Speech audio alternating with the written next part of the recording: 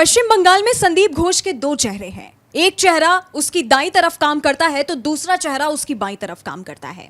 अब सीबीआई इन दो चेहरों तक पहुंच चुकी है, जिसके बाद इन दो चेहरों को तोते की तरह बोलना पड़ेगा और उसके बाद ममता बनर्जी को इस्तीफा देना पड़ जाएगा।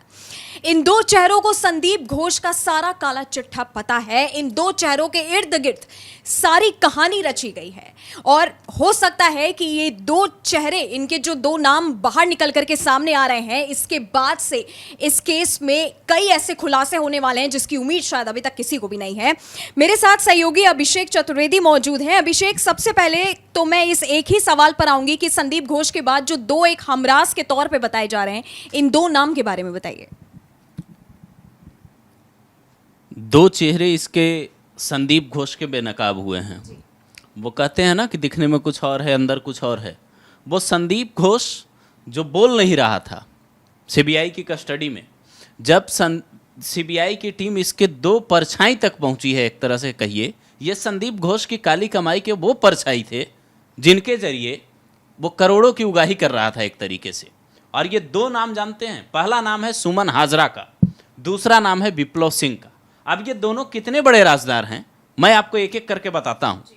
एक जगह पड़ता है सांकराइल, वहाँ के रहने वाले एक ही मोहल्ले के दोनों लोग हैं। इन दोनों का परिचय पहले से था, लेकिन ये संदीप घोष के करीब कैसे आते हैं इसकी कहानी सीबीआई भी सुन के हिल चुकी है। इसके जो पिता हैं विप्लव सिंह के, वो उसी आरजीकर मेडिकल कॉलेज में कर्मचारी थे जिसका प्रिंसिपल संदीप घोष अब तक था। और उसके बाद जो ये विप्लव सिंह जिसका नाम हम लोग बता रहे हैं, जो संदीप घोष की परछाई की तरह है, ये एक ड्राइंग टीचर था। उसके करीबी लोग कहते हैं कि वो साइकिल से चलता था, गले में थैला लटकाए हुए, हाथ में एक चित्रकार की तरह बच्चों को चित्रकारी सिखाता था। लेकिन उसके बाद एक दिन क्या होता है कि इसे लगता है कि चलो अब चित्रकारी बच्चों को सिखाने से बेहतर है अस्पतालों में बैनर पोस्टर लगाता हूँ, उससे ज़्यादा कमाई होगी। ये अस्पतालों में बैनर पोस्टर लगाने लगता है। उसके बाद इसकी मुलाकात होती है सुमन हाजरा, जो इसके मोहल्ले में रहता है। वो मेडिकल सप्लाई का काम करता था, दवाइयाँ पहुँचाना, इंजेक्शन पहुँचाना। ये उसके साथ मिलकर, सुमन के साथ मिलकर मेडिकल सप्लाई का काम करने लगता है। और उसके बाद ये लोग वो काम करते हैं जिसकी उम्मीद किसी को नहीं थी। उस कॉलेज में जो रैकेट चल रहा था, उस रॉकेट के सरगना यही लोग थे। संदीप घोष को जो लोग रिपोर्ट करते थे उस रैकेट से, वो यही लोग थे, ऐसा कहा जा रहा है। इन दो लोगों के नाम जब से अभिषेक बाहर निकल कर के आए हैं, तब से कई सारे सवाल मुझे लगता है क्लियर होने ही वाले हैं। अच्छा, यहाँ पे ड्राइंग टीचर का आपने नाम लिया था। जितनी जानकारी सामने आई, इस पूरे मामले में ड्राइंग टीचर पे काफी ज्यादा फोकस किया गया, क्योंकि कहा गया कि ड्राइंग टीचर की संपत्ति भी कई ज्यादा है। संपत्ति उसकी इतनी ज्यादा है कि शायद सीएम और पीएम की भी इतनी संपत्ति नहीं होगी जितना अमीर ड्राइंग टीचर बताया गया है। हाँ, तो ममता बनर्जी को आप खुद देखिए ना, वो चप्पल पहनती है, नॉर्मल साड़ी पहनती हैं। अगर दिखाने के लिहाज से देखिए, देश के प्रधानमंत्री की संपत्ति कितनी है सबको पता है। लेकिन ये जो ड्राइंग टीचर है, ये साइकिल से चलता था कुछ साल पहले तक। अब इसके पास आलीशान घर हैं, अब इसके पास दवा की दुकान है, और उस दवा के दुकान के पीछे एक ऐसी जगह है जहां से पूरा खेल चल रहा था। लेकिन सीबीआई उस जगह तक अब पहुंच चुकी है। और ये जो दोनों नाम हैं, सुमन हाजरा और विप्लव सिंह के, अगर संदीप घोष सीबीआई के सामने मुंह नहीं भी खोलता है तो इन दोनों के सामने तो वो तोते की तरह बोलेगा, क्योंकि सबसे बड़े राजदार यही। अच्छा, संदीप घोष का पॉलीग्राफ टेस्ट हो चुका है। मुझे ये जानना है, आप बताइए हमारे दर्शकों को, कि संजय रॉय का पॉलीग्राफ टेस्ट तो हो गया और उसने क्या बोला ये सबको पता है। संदीप घोष के पॉलीग्राफ टेस्ट में क्या हुआ है?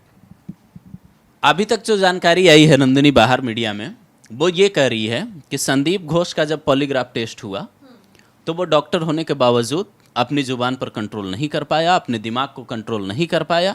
वो सीबीआई के सामने ये कबूल चुका है कि उससे गलती हुई है, और उसने ये उसके इशारे पर ही उसके घर वालों को कहा गया था, लड़की के घर वालों को, कि ये मामला बहुत सामान्य है, जो कि शुरुआती जानकारी आई थी। संदीप घोष ये भी कह रहा था, जब से उसके पास उससे 100 सवालों की लिस्ट उसके सामने रखी गई थी, कई दिनों तक पूछताछ हुई, तो उसने कई बार ये बात दोहराई कि मुझे कॉलेज की छवि की चिंता थी और मुझे लग रहा था कि इसकी वजह से कॉलेज बदनाम ना हो। लेकिन सवाल ये भी है ना कि आपको कॉलेज की छवि की चिंता क्या किसी की जान की कीमत लगा कर थी? अगर चिंता थी तो इस तरीके के काम आपके कॉलेज में हो रहे थे तो आप पुलिस को रिपोर्ट करते, आप वहां की पुलिस नहीं सुन रही थी, अगर बड़े रसूखदार लोग थे तो आप बाहर रिपोर्ट करते, लेकिन संदीप घोष ने ऐसा नहीं किया। अच्छा, ऐसी खबरें भी आ रही हैं कि जिस स्पीड से अब जो है सीबीआई इस जांच में जुट गई है अभिषेक, संजय रॉय का पॉलीग्राफ टेस्ट हो गया, अब संदीप घोष का पॉलीग्राफ टेस्ट हो गया, इसके बाद एक बात है कि आरजी मेडिकल कॉलेज के ज़मीन की काफ़ी ज़्यादा चर्चा हो रही है, खुदाई की काफ़ी ज़्यादा चर्चा हो रही है कि वहाँ पे अब जेसीबी पहुँचने वाली है। क्या कहानी है इसके पीछे? अगर खुदाई होती है तो ये कोई बड़ी बात नहीं होगी, क्योंकि सीबीआई के लिए ये कोई पहला ऐसा केस नहीं है कि उनको खुदाई करके सच्चाई निकालना पड़ा हो। अच्छा, इससे पहले भी साल 2018 में बिहार के मुजफ्फरपुर की घटना थी, शेल्टर होम का केस था। उसमें उनको पता चला था कि कुछ इंसानी अवशेष हैं जो ज़मीन के नीचे हैं और वहीं से सुराग मिल सकता है, तो ये लोग टीम पूरी जेसीबी लेकर टीम पहुंची थी और बाकायदा इन्होंने खुदाई करके सच्चाई बाहर निकाला। आरजीकर मेडिकल कॉलेज में जहां ये घटना हुई है, वहां एक लड़की के साथ पहले भी गलत हुआ था कई साल पहले, ये भी मीडिया में खबर आई थी। और जिस तरीके की रैकेट की बात हो रही है, उस तरीके में फिल्मों में देखिए, आप रियल ज़िंदगी में देखिए, किताबों में पढ़िए, हर जगह यही पता चलता है कि ज़मीन के नीचे राज दफन करने की कोशिश हमेशा से होती है। और उसके बाद इसका खुलासा तभी होता है जब कोई ईमानदार अधिकारी जाता है और वो टाइल्स के नीचे, ज़मीन के 10 से 20 फीट नीचे क्या रखा है किसको क्या मालूम है। लेकिन अगर खुदाई होती है तो सच्चाई आती है बाहर। और आरजीकर मेडिकल कॉलेज की जो घटना है वो कोई छोटी घटना तो है नहीं। जिस तरीके की बातें अब तक सामने आई है, जितने तमाम तरीके के एंगल पे सीबीआई जांच कर रही है, उसमें एक एंगल ये भी होगा तो ये चौंकाने वाली बात नहीं होगी, क्योंकि सीबीआई को सच बाहर निकालना है, वो सच चाहे किसी भी तरीके से बाहर निकले। जिस तरह से अभिषेक कार्रवाई हो रही है और जिस तरह से सबसे ज़्यादा जो मेन हाईलाइट के नाम है, जैसा आपने बताया, संदीप घोष के, जिनको कहा जा रहा है कि दो एक सीक्रेट के तौर पर आए हैं सामने, सुमन हाजरा और विप्लव सिंह, जिस तरह से आपने नाम लिया, इन दोनों के बोलने के बाद क्या कई बड़े नाम के और बाहर आने की आशंका है, जिसको लोगों ने शायद सोचा भी नहीं, या मैं ये कहूँ कि जिस पर लोगों की खुद ही उम्मीदें टिकी हैं कि हमें इंसाफ दिलाएंगे? सुमन हाजरा के बारे में मैं एक चीज़ बताना भूल गया कि ये एक बैंक कर्मी का बेटा है साधारण सा, और लेकिन इसका जो काम था ना, ये लोग बॉडी बेचने तक का काम कर रहे थे उस हॉस्पिटल में। और कोलकाता में ये नई चीज़ नहीं है, कोलकाता में ये बहुत पुरानी घटना है, सब लोग जानते हैं इस बारे में। इसीलिए जब सीबीआई वहाँ उस हॉस्पिटल में पहुँची थी जांच करने, तो उसके जो अनुभवी अधिकारी थे उनका ये मानना था कि इस एंगल पे भी जांच होनी चाहिए। और अब जब ये बात सामने निकल कर आई है कि सुमन हाजरा और विप्लव सिंह जो दो आरोपी हैं, जो संदीप घोष के सबसे बड़े राजदार हैं, जिन्होंने मेडिकल सप्लाई की आड़ में कई ऐसे काम किए हैं जो उस कॉलेज में नहीं होने चाहिए थे, तो ये जाहिर सी बात है ये लोग संदीप घोष के हर वो राज खोलेंगे जो इनको पता होंगे।